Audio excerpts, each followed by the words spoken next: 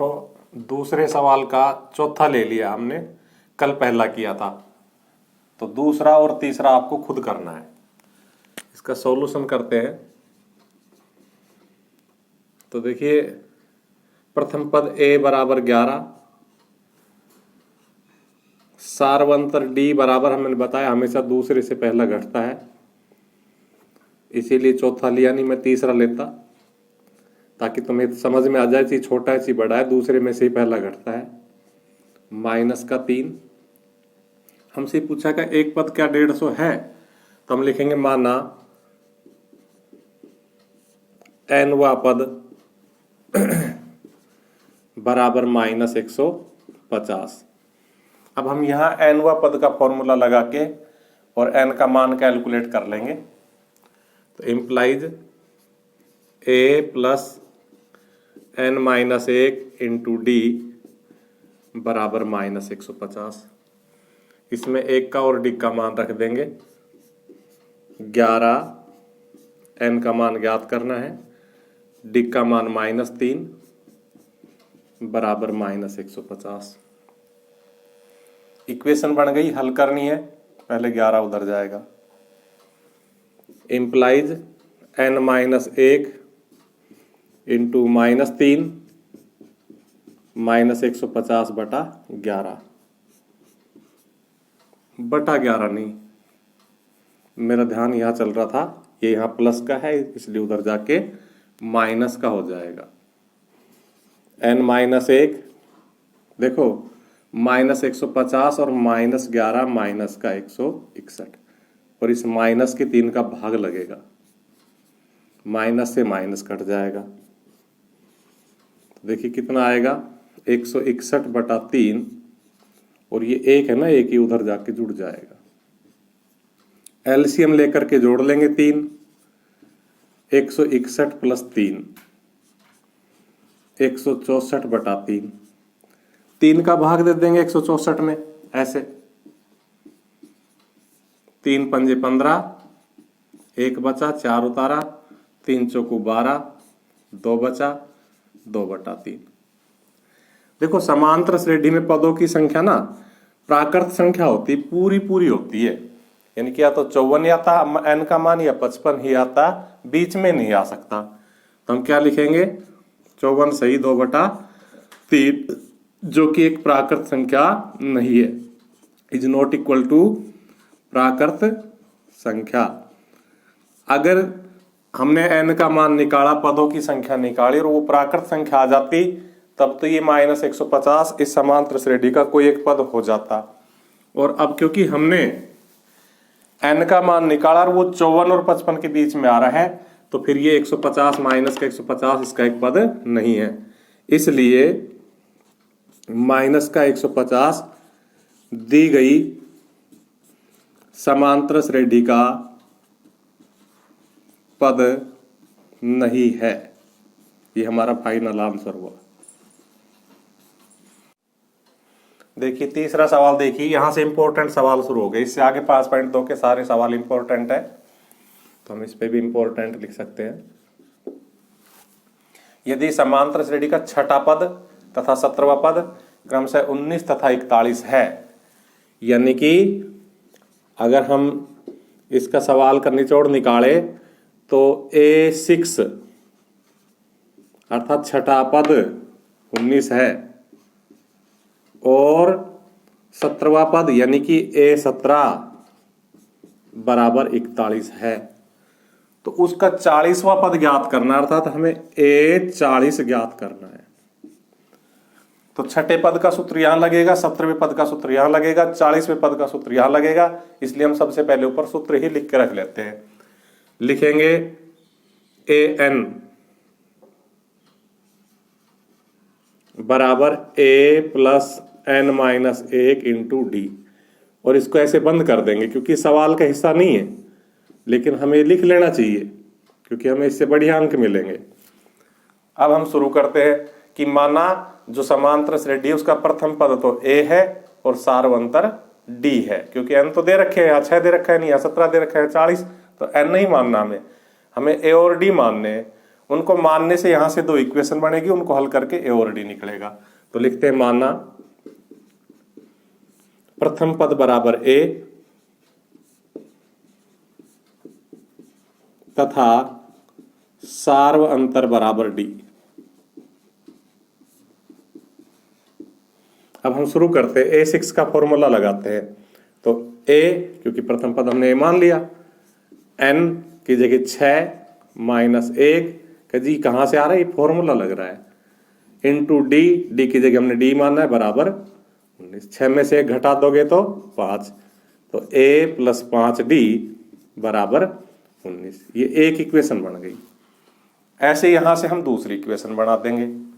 तो वापस A17 का फॉर्मूला लगाया, तो a प्लस n की जगह 17 माइनस 1 इंटू डी बराबर 41। यहाँ 17 में से 1 घट के 16 रह जाएगा। a प्लस 16d बराबर 41। अब हमें समीकरण 1 और 2 को हल करना है। तो हम देख रहे हैं, अगर 1 में से 2 को घटा देंगे तो a से a कट जाएगा। तो क्या लिखेंगे, 1 में से 2 को घटाने पर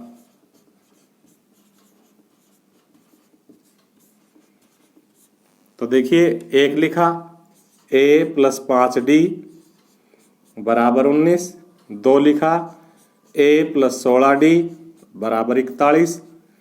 घटाने पर तो निशान बदल जाएंगे, a से a कट जाएगा, माइनस के 16d से प्लस का 5d घट के माइनस का 11d, 11 में से 9 गए तो 2, 3 में से 1 गया तो भी 2।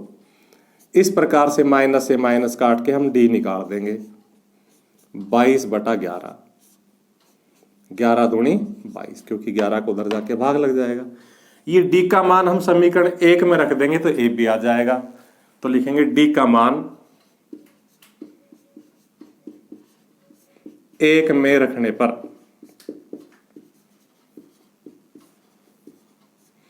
तो देखो 1 में हमने क्या लिखा, a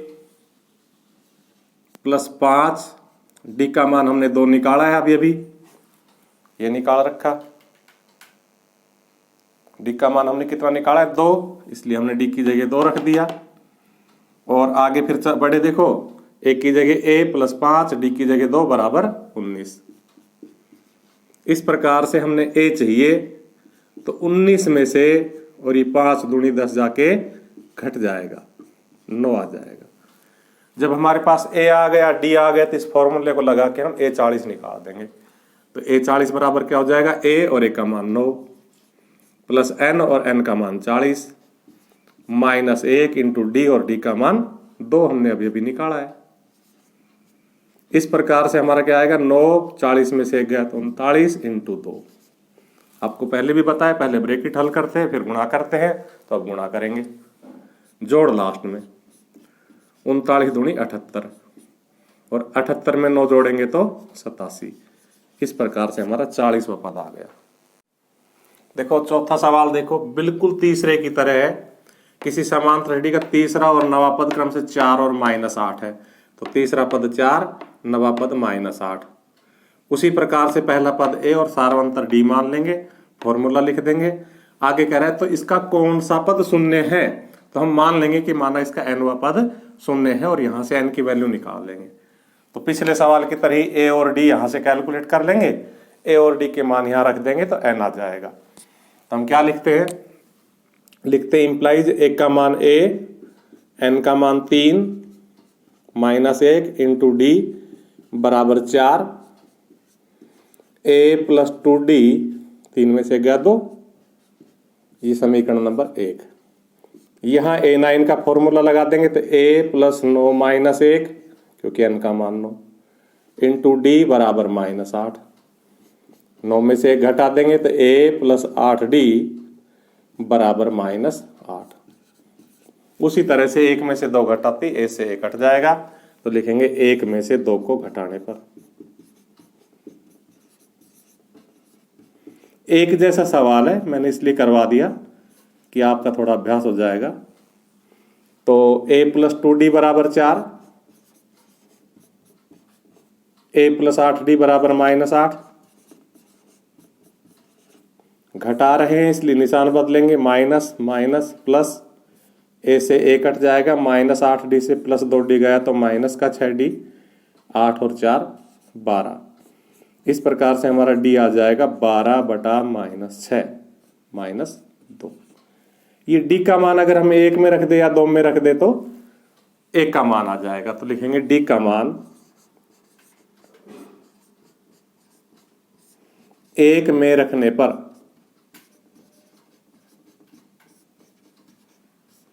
तो देखो रख रहा हूं मैं a + 2 और d की जगह -2, a + 2 और d की जगह -2 बराबर 4।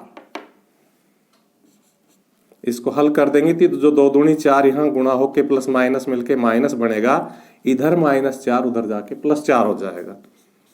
तो a बराबर 4 तो वहां पहले ही बैठा है और 1 4 अब गया, कितना आ गया 8। हमारे पास 1 का मान है, हमारे पास d का मान है, अतः हम वहां से n का मान निकाल देंगे। तो वापस लिखेंगे a का मान 8 प्लस n हमें ज्ञात करना है इंटू d -2 बराबर 0।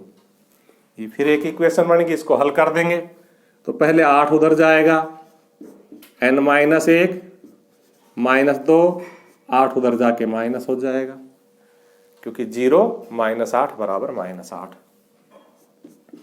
अब हाँ ये 2 उधर जाएगा तो -8 और 2 उधर जाके भाग हो जाएगा माइनस का, तो हमारे पास क्या आएगा, देखो माइनस से तो माइनस कट जाएगा, 2 चौकू 8 और ये 1 उधर जाके प्लस हो जाएगा। अतः उसका जो 5वां पद दी गई समांतर श्रेणी का वो 0 है, लिखेंगे अतः 0 है बराबर 5वां पद। इस प्रकार से बहुत सीधी प्रश्नावली है।